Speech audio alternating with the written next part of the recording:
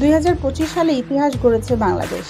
টি-20 ক্রিকেটের প্রথম দল হিসেবে এক ক্যালেন্ডার ইয়ারে 100টি ছক্কা হাঁকিয়েছে টাইগার্সরা। কিন্তু 2 বছর আগেও এমন কিছু যেন ছিল কল্পনার বাইরে। ভাই বেসিক্যালি দেখেন, আমরা বাংলাদেশে আমরা আসলে কেউই পাওয়ার হিটার না। আমরা কেউ চাইলে আন্দ্রে রাসেল বা পোলার্ড হইতে পারবো না।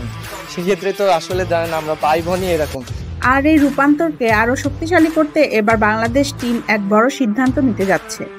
বাংলাদেশ ক্রিকেট বোর্ড এবার পাওয়ার হিটিং কোচ হিসেবে দলে যুক্ত করতে যাচ্ছে জুলিয়ান উডকে। ইংল্যান্ডের সাবেক ক্রিকেটার, আধুনিক পাওয়ার হিটিং টেকনিক নিয়ে বিশেষজ্ঞ, ইংল্যান্ড, আফগানিস্তান, অস্ট্রেলিয়া, আইপিএল সহ বিশ্বের বহু দলের পরামর্শদাতা। এমনকি 2023 সালেই তিনি বিপিএল চট্টগ্রাম চ্যালেঞ্জার্সের কোচ ছিলেন। আর আবুধাবি টি10 লিগে বাংলা টাইগার্স দলের সাথেও কাজ করেছেন। অর্থাৎ বাংলাদেশের পরিবেশ ও খেলোয়াড়দের সাথে তার আগের কাজের অভিজ্ঞতা রয়েছে। সবকিছু ঠিকঠাক চললে এই নিয়োগে হতে পারে বাংলাদেশের পাওয়ার হিটিং রেভলিউশনের পরবর্তী ধাপ।